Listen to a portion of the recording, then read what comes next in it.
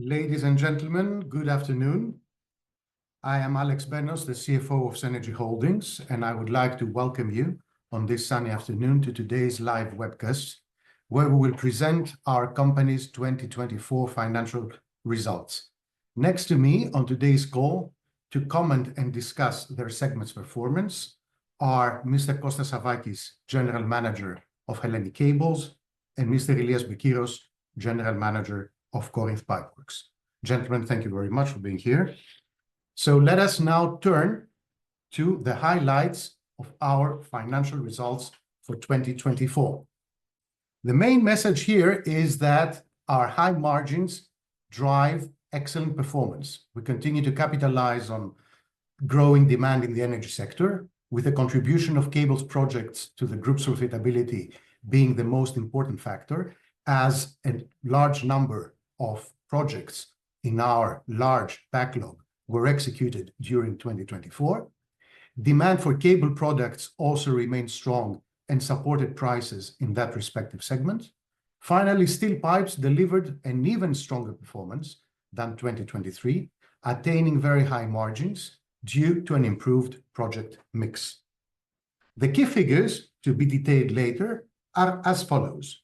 First of all, we achieve an adjusted EBITDA of 272 million euros, 27% higher than last year, and that corresponds to more than a 15% margin, 200 basis points higher than 2023.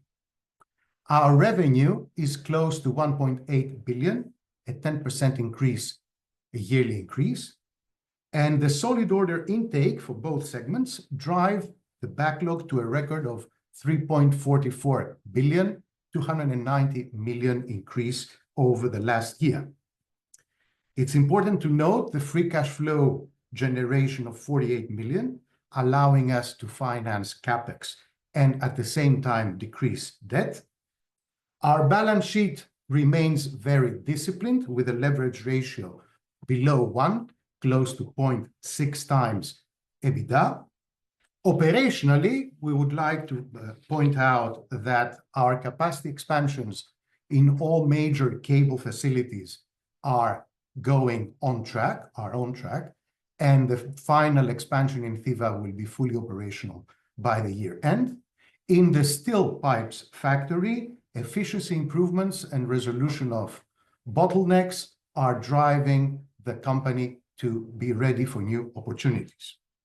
All of the above give us a lot of confidence for the future financial performance, and that is why, A, we propose to the General Assembly the distribution of a dividend of 14 cents per share, 75% increase from last year's dividend, and a similar increase to the yearly earnings before tax. And secondly, we offer to the market a guidance for the financial year 2025 of operational profitability between 300 and 330 million. Let us now turn to the key financial figures. First of all, from a view of our product lines, from all our product lines, cables projects are the ones that saw an important increase in revenue of 57% year on year. And given this line has the highest relative margins, it has contributed to the increase of EBITDA, both in absolute terms and the margin across the whole group. There was a small decrease in revenue from cable products, but the demand, as I mentioned before, was strong for these products, and that kept their prices up. So cable products kept satisfactory margins as well. As for the steel pipes, the revenue overall was stable, around 574 million, but their EBITDA, as we will see shortly, has increased more than 50%. Why? Because of a very interesting and satisfactory mix. First of all, we had projects in Israel, projects in Australia, the CCS, carbon capture and storage project in the US, and a partial delivery of the OMV deep offshore project in Romania. So geographically, our sales continue to be well diversified. And the important messages on this slide is that number one, the participation of Greece in our revenues has gone down since 2023. So there are more exports. And secondly, we have a slight decrease in the sales to the Americas. That includes both the South and the North America, and an increase to the rest of the world. It's also important to note here that the value over volume strategy that we have pointed out so much in the past is paying off, and the 10% increase in turnover since 2023 translates into around 27% increase in profitability, with margins for the overall group above 15%. Keeping these levels is clearly an intention for the management of the company for the future, as we will show you and will discuss more in the financial outlook. As for our backlog remains strong. On the 31st of December 2024, it reached 3.44 billion, 300 million more from 2023. Someone could say that, oh, you didn't have the 50% increase between 22 and 23, or the doubling of the backlog between 21 and 22. Of course, yeah, this is partially true, but it is also due to the so-called basis effect, and also to the execution of a number of important projects in both segments during 24. And my two colleagues will discuss these important projects and their presence in the global market in a while. What is more important in the backlog is its diversification, both in terms of geography. As you can see on the slide, Europe still gets the lion's shares, but CPW is clearly more globally oriented than cables, especially with important projects to come in the Americas and the rest of the world. But also in terms of applications, we see, for example, that offshore wind is not the main part of our backlog, and it's important to have that diversification so that we are not directly related to central policy changes or decisions that we cannot control, but we are connected really to large trends, macro trends, like grid enhancements that are not touched by political decisions. So you see that in Hellenic Cables, 50% of the backlog concerns interconnections.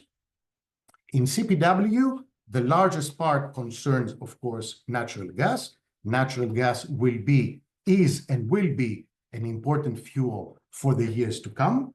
But CCS, carbon capture and storage, and hydrogen pick up, and they are now around 40% of the present backlog.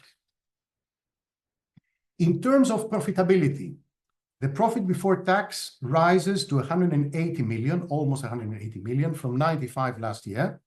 This difference of 85 million comes from both segments, 40 million for the cables and 30 million for steel pipes. We have another 11.6 million added by the decrease in finance charges, by lower finance charges. 4.5 million coming in from termination fees of a customer contract. And as a negative shock to that, the 6.2 increase in SG&As, of course, are due to the rise in revenue. It is a size effect. Also, following the share capital increase in October, the successful share capital increase in October, the company's aim is to keep on delivering returns to all its stakeholders. One very important group, as you know, are shareholders, and for those, our dividend policy adapts to the new environment. So we are proposing to our General Assembly a dividend of 14 cents, as I mentioned before. That corresponds to a payout ratio around 21%, and we expect to keep the payout ratio there in the short-term future. And at the same time, the adjusted return on capital employed goes above 26%, much higher than the 21% we achieved in 2023. We know at Cenergy Holdings that it is very important to transform our manufacturing excellence and modern technology to financial returns. So we focus very hardly on free cash flow generation. And I believe that this year we made quite a good job in this section. More specifically, looking at the numbers, the 276 million of EBITDA, the operational profitability of the group, has been added to 105 million, almost 105 million, from a prudent and good working capital management, producing, all in all, almost 380 million of cash. That 380 million of cash was more than enough to cover a very ambitious and large CapEx amount. I just mentioned here the capacity expansions in the cable segments, both in the offshore unit and in the two onshore cable units in Thiva and in Eleonas in Greece. Cover also all interest payments, 62 million, lower than the 73 million of last year, and another 25 million in tax. This is a total of 335 million of outflows. So the net free cash flow generated from production is 48 million, almost 50 million euros. The increased cash position, however, from January 1st, is clearly much higher. And it is much higher because it is affected, of course, by the share capital increase that produced a net amount of 187 million, 200 million capital raised, minus 13 million of share capital issue expenses. Other amounts worth mentioning on that slide are the 3 million from grants received. I remind you that both segments try to find grants and support from any national, regional, or international sources. Another 6 million coming from other investment activities. We subtract, of course, the 15 million for dividends paid, and there is an increase of 29.5 million of new debt that is done in the cables segment to finance the ongoing capacity expansions. So overall, we have a 260 million change in cash, and that gives us a very strong position to start the year and to be able to finance all requirements that are planned for 2025. The good profitability also allowed us to keep a very disciplined balance sheet. What do we mean by that? We mean that the 260 million, 259 million to be exact, in capital expenditures last year was spent to support capacity expansions in the offshore cables, in the onshore cables, two facilities that I mentioned before, and an important amount also for the steel pipes facility, both strategic and maintenance amounts. Do not forget, actually, the US plant were 28 million euros were spent to acquire, most of the money was spent to acquire the land plot in Baltimore, Maryland, where the new facility will be built. So all of that CapEx was covered by operational profitability. It left us space to decrease net debt. Of course, the very big decrease of 225 million that you see here includes in it the cash impact of the share capital increase, but it leaves another 50 million for a real debt decrease, especially from steel pipes. And finally, we achieve for the first time a negative number for our working capital. I have to note here that the negative working capital is not really a target for the company. It is due to different timing of the so-called milestone payments, so advance payments that the segments and the companies receive for projects awarded, better payment terms from our customers, and so on. So in the long term, we believe that the sustainable levels for working capital will be between 6 and 9%. I would like now to finish this first part of the presentation by giving you a little bit more color per segment. I start from cables. As I told you, in cables is characterized by an increase of around 20% in turnover from 23, a similar increase in profitability, mainly due to the mix towards the more favorable projects, a very good earnings before tax, close to 115 million, sorry. A negative working capital that is due, as I told you, to these milestone payments, timing of the milestone payments, and the prudent management of the rest of payment terms, payables and receivables, and a small increase in net debt as the needs for capex in factories dictated a small increase in debt. For the steel pipes company, Corinth Pipeworks, this turnover is stable, around 573 million.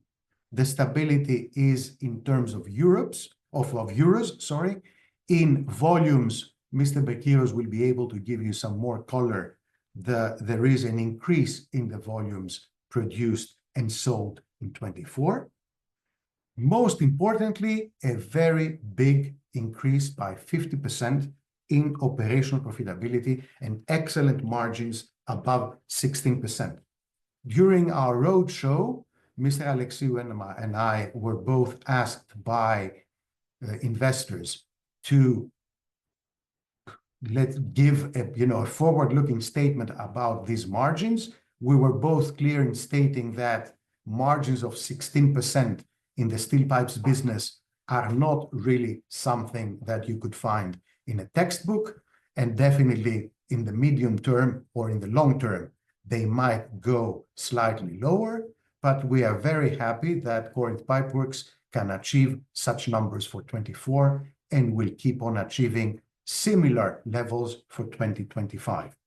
Their debt is very small, and the working capital is also very small, as the capital-related expenditures were much more limited than the cables companies. I now turn over the floor to Mr. Kostas Savvakis for an outlook on the cables segment.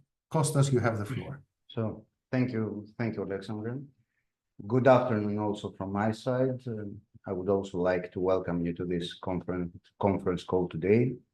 So the cable segment of Cenergy Holdings, I can say that 2024 was a flagship year for us.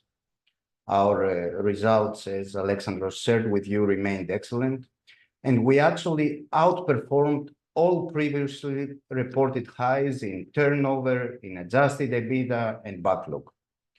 Moreover, we made substantial progress in solidifying the foundations for our future performance by attracting new orders and advancing investment execution across all facilities.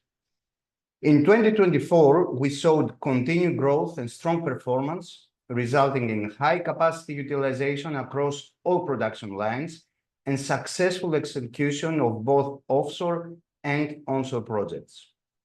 Revenue from the project business rose by 57%, reflecting the group's value over volume strategy, while low and medium voltage power cables maintained their profitability margins at 2023 levels. These factors contributed to a significant 19% year-on-year increase in adjusted EBITDA that reached 179.5 million euros. Several new awards for both subsea and land cables boosted the segment's backlog to a record of slightly over 3 billion euros. This strong project pipeline reinforces Hellenic Cable's position as a major player in the energy transition era and supports its expansion plans to serve the markets that we are involved. For 2025, we expect yet another year of full utilization of our manufacturing plants, which will support our strategic goals. Our investment program is on track. In the submarine cable factory in Corinth, additional lines have been coming upstream since last year, and the new capacity is already producing output for our clients. In our land cable facilities, such as Thiva, Eleonas, and ICME in Romania, our capacity increase program is progressing well, and we will see the additional production being available by the year end. Key focus remains the flawless execution. Now, let's discuss a little bit about our US plant investment and why we consider it a strong opportunity. The US market has substantial growth potential, driven by the need to modernize the aging power grids, advancements in AI, and the growing demand for data centers. Our investment in Wagner's Point in Maryland will support these trends. Work is currently underway, key permits have been obtained, and long lead time equipment has already been ordered. We mentioned at the beginning, the high order intake continued throughout 2024, and our latest awards include the MOH2 project in Belgium from Elia, the Bretagne Sud project in France from RTE, 2 land cable projects in Germany from Amprion, as well as multi-year frameworks for underground cables with Enexis in the Netherlands and with RTE in France. Such awards demonstrate the regional, product, and customer diversification of our order book and reinforce confidence over our future performance. The segment momentum continues as increased need for renewable energy solutions in Europe, growing electricity demand around the globe, and upgrades in power grids are some of the major trends that we expect to shape the next decade. Furthermore, the demand for cable products such as low and medium voltage, this demand in all our main markets remains strong, and orders are growing through long-term framework agreements. In conclusion, we remain optimistic about our future financial prospects, supported by a steadily growing order backlog and the smooth execution of our capacity expansion. That was from my side. I will hand over now to Alexandros. Thank you, Kostas. Thank you very much. It's now the turn of Mr. Ilias Bekiros, General Manager of CPW, to discuss the outlook of the steel pipe segment. Lia. Thank you, Alexandre. Thank you also, Costa. Good afternoon from my side too. And together with Dr. Benos and Mr. Savakis, I'm also proud to share with you our outstanding annual results, which mark a record-breaking year for Corinth Pipeworks. Our performance this year has been exceptional, reflecting the strength of our strategy, our people, and the trust of our customers worldwide, allowing us to deliver adjusted EBITDA, as we've seen, of 94 million euros, up from 64 in 2023 and 28 million in 2022. Sounds like so far back in our history right now. Combined, of course, as we said, with impressively low debt and working capital figures. So the company has made progress in all our key metrics, such as elevating our customer base, increasing production capacity. Let's remind the teams that we split our spiral and LSAW lines during 2024, strengthening our headcount, focusing on innovation, and developing our sustainability strategy, all of which allowed the company to consolidate and grow its leading position in energy markets around the world in the face of very strong competition. So CPW is truly a global business, and our presence across markets has never been stronger. Over the past year, we have delivered our line pipe products for projects in Europe, in North America, in Africa, Middle East, and expanded into Asia Pacific. This is the direct outcome of strengthening our collaboration with all the major international end users, such as Chevron, TotalEnergies, ExxonMobil, Shell, etc. In 2024, also CPW showed its leadership in offshore and onshore pipelines for CO2 and hydrogen being developed as part of global energy transition investments. Proof of this are the projects under execution, such as BP NEP project in UK, one of the world's largest offshore carbon capture pipelines currently, and additional, of course, hydrogen-certified projects from SNAM, DESFA for onshore pipeline infrastructure. At the heart of our success lies our world-class manufacturing capability. We take great pride in our ability to deliver high-quality, reliable solutions for challenging offshore and onshore pipeline projects. Our company is now recognized across the world as one of a handful of Tier 1 steel pipe manufacturers capable to deliver technically advanced products for deep water offshore, sour service, CO2 and hydrogen applications. Significant investments in our pipe production and coating facilities have successfully come on stream over the last months, which will further strengthen our capabilities. We also recognize that our responsibility goes beyond our financial performance. As we look to the future, sustainability continues to be at the core of our strategy. This year, we've made significant progress in reducing our environmental footprint, investing in renewable technologies, and supporting the transition to a low-carbon economy, and this focus will continue in 2025. On the other hand, we face a lot of risks. Geopolitical disruption, increased protectionism, such as the US steel tariffs, the expected safeguard from the EU, in combination with low steel demand and lower cost competition from Asian manufacturers, create market uncertainties and unstable steel prices. Nevertheless, CPW's diversified presence in a range of international energy markets, our focus on latest technology, and our strong steel supplier and customer relationships will help CPW to navigate these challenges as we move forward. So 24 has been a record-breaking year. Looking ahead now, we have ambitious plans for growth, further investments for innovation, automation, and efficiency, and of course in our people, and always with a focus on delivering value for all stakeholders. Overall, Corinth Pipeworks maintains a positive outlook for our backlog evolution and our targets for 2025 and beyond. Back to you, Alexandre. Thank you very much. Thank you very much, Ilias. So I would like to wrap up this part of the presentation with our 2025 financial year guidance, which reiterates our strong commitment to deliver all three of projects, products, and profits. So our EBITDA for 2025 will be in the range of 300 to 330 million euros, from 10 to 20% higher than this year's profitability.